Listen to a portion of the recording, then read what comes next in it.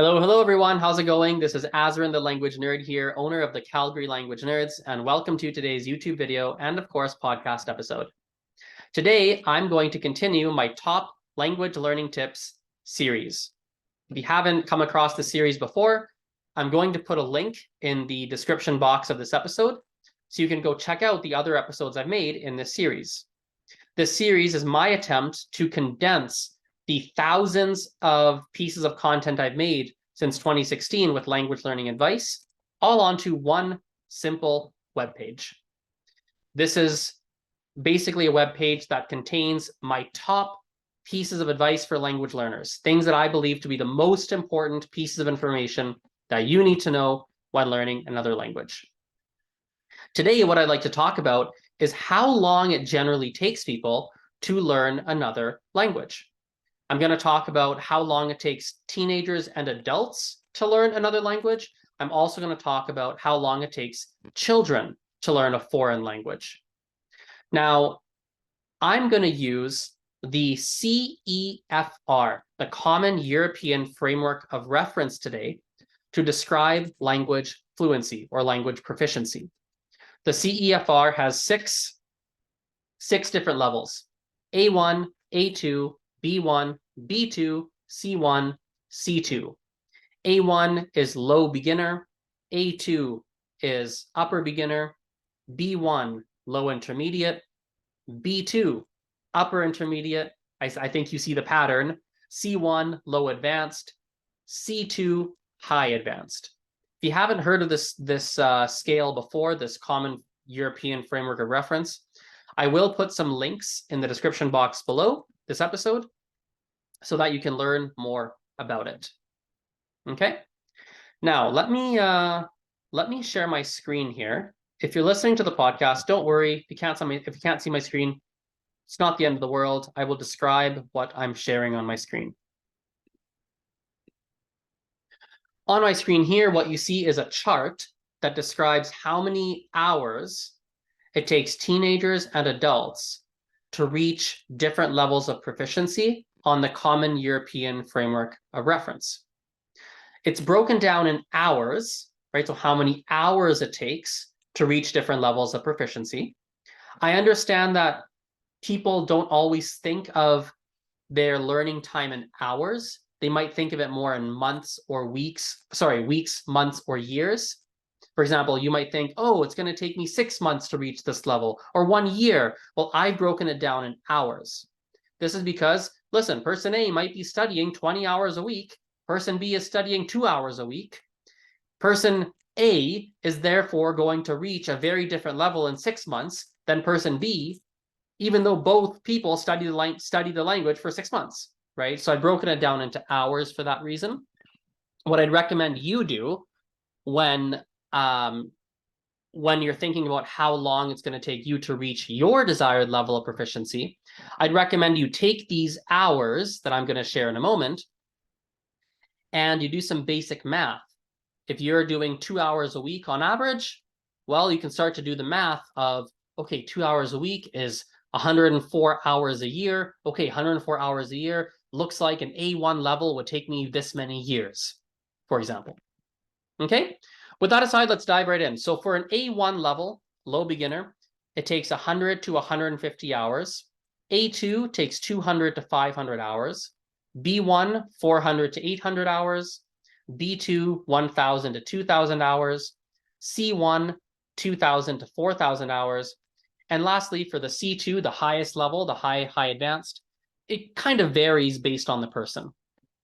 If you want to see the hours for children, it really only goes up to a B1 for children. This is because if a child is learning a second language, in most cases, by the time the child is getting anything beyond a low intermediate, even an upper beginner, to be honest, by the time they're getting beyond that level, they're going to be a teenager anyway. And so we then just switch over to a teenage scale, or they're going to be an adult even possibly.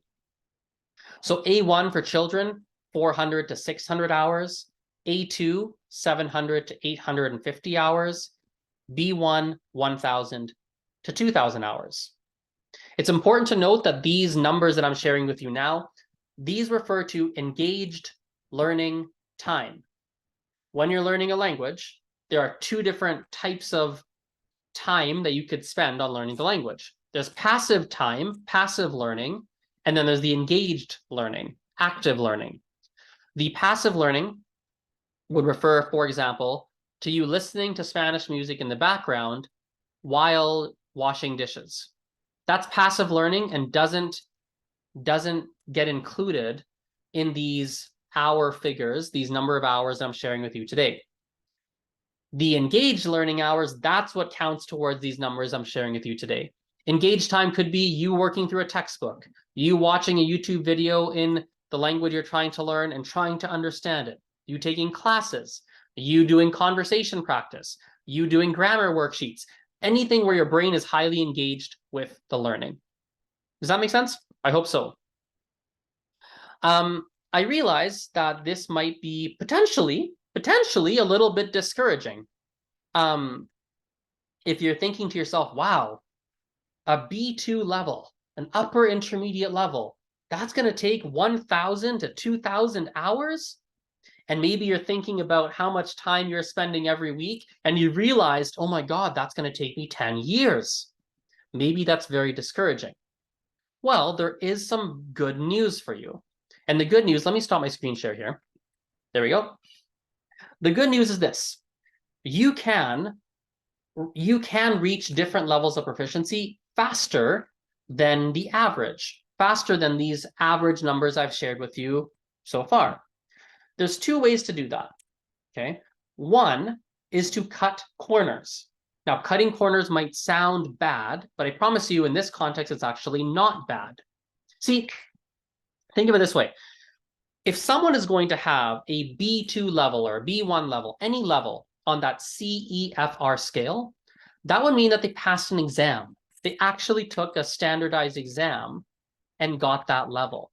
They needed to have that level for their speaking, for their reading, for their writing, for their listening, and they had to hit minimum standards in each category. Most people that I come across, or at least many people that I come across learning a language, are not necessarily learning it to pass an exam. That's not the main purpose. They don't need to go pass an exam.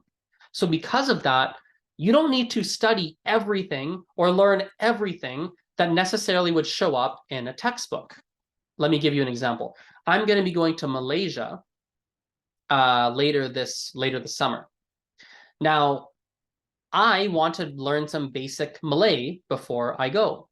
But I don't need to follow a textbook for that. I don't need to go and follow a standardized curriculum. I just need to go learn the things that are relevant to me. That's what matters to me.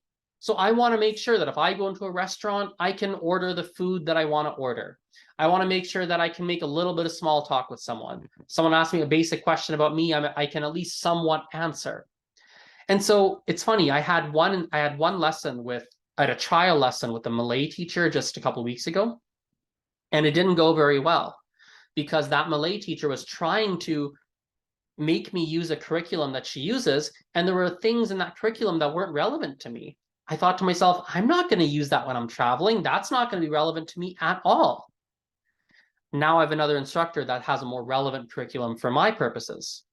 So for you, you can cut corners, quote unquote, by focusing on learning the things that are relevant for you, right? And that way you can have a whatever level of proficiency, a C1 level of proficiency in the areas that matter to you. I encourage you, by the way, if you're interested, I've made another YouTube video and podcast called Conversation Maps. If you search Azren, the language nerd, conversation maps on YouTube, I'm sure on YouTube or podcast, you'll find it. And that's something you might be interested in that's kind of related to this cutting corners concept. The second way to cut corners is you mentally decide that you are going to, you commit to reaching whatever level you're trying to reach faster than what most people do. And you just commit to it. You know, I'll give you an example here. We take someone like David Goggins, if you know who that is. He has achieved things physically that seem superhuman. they're crazy. Google him. Google who he is. He's a bit of he has a very aggressive communication style that not everyone likes, and that's fair enough. But even just read his bio, read what he's done, read about him, and you'll see he has accomplished, he has physical accomplishments with his fitness that seem superhuman. And so you could be an outlier. You could be someone who just mentally commits to learning a language faster than what the average person would typically do. And I don't have a roadmap to doing that. Whereas like cutting corners, there are some roadmaps you could follow. You could pick, you can select the topics you learn very strategically and only learn about those, for example. There are things you can do. There's some roadmaps, you know, for just mentally deciding you're going to learn faster, and that's that. I don't have a roadmap for you, but it is something you're welcome to try, and you might be an outlier and you might be able to be successful with that. The last thing I'll share today is how I came up with these charts of how long it will take you to learn a language. Some of you might be wondering, how do you know? Where did you, what are your sources, right? How did you figure that out? Well, I've used four different sources. Two of them are, let's say, four sources, okay? You'll see why I'm hesitating a little bit. Source number one is an article by Cambridge University Press.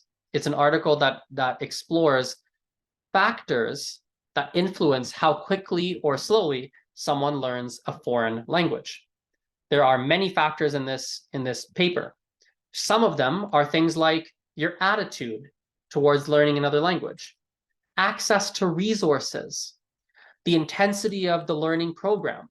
There are many other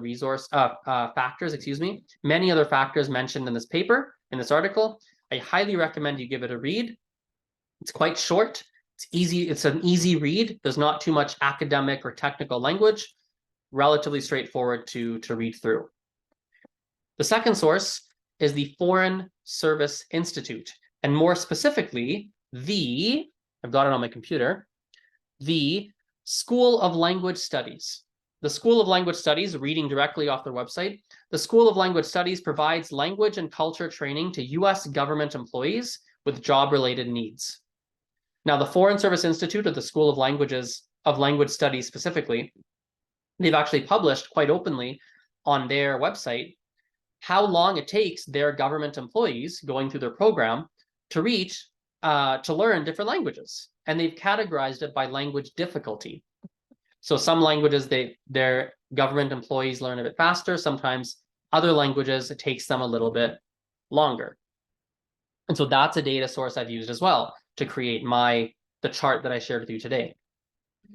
The third source I've used is not one specific source, and it's for the child figures, for the amount of time, the chart that I shared of how long it takes children to learn a foreign language. And that would be a bunch of documents, not just one, quite a few. I don't even have a full listing of it. It's just something I've done over the years. A bunch of documents I've read published by the Calgary Board of Education. That's the education board in my city. And they published quite a few documents and studies that talk about how long it takes immigrants that come to Calgary from other countries, how long it takes the children going to school in Calgary now in Canada, how long it takes them to learn English, and how long it takes them to progress in their English studies. So I've read quite a few of the Calgary Board of Education documents, and that's helped me come up with the estimated amount of time for children to learn a foreign language.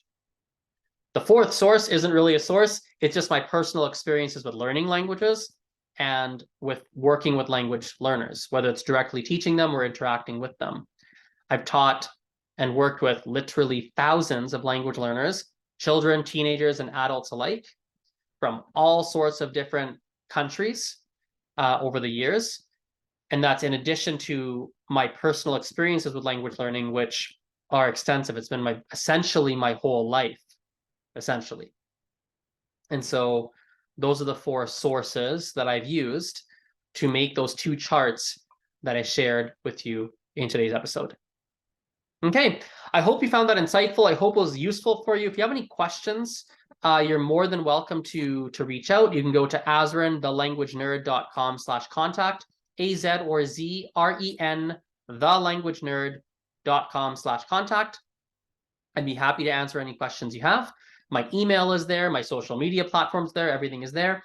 And of course, don't forget that in the description box of today's episode, I put links to everything that I talked about today. The sources I mentioned, the CEFR, Common European Framework of Reference links, you can learn more about that. My website links, you can go check out the other episodes in this Azren's Top Tip series. Everything we talked about today is going to be in the description box. Have a wonderful rest of your day, and we will talk very soon. Bye-bye. See you.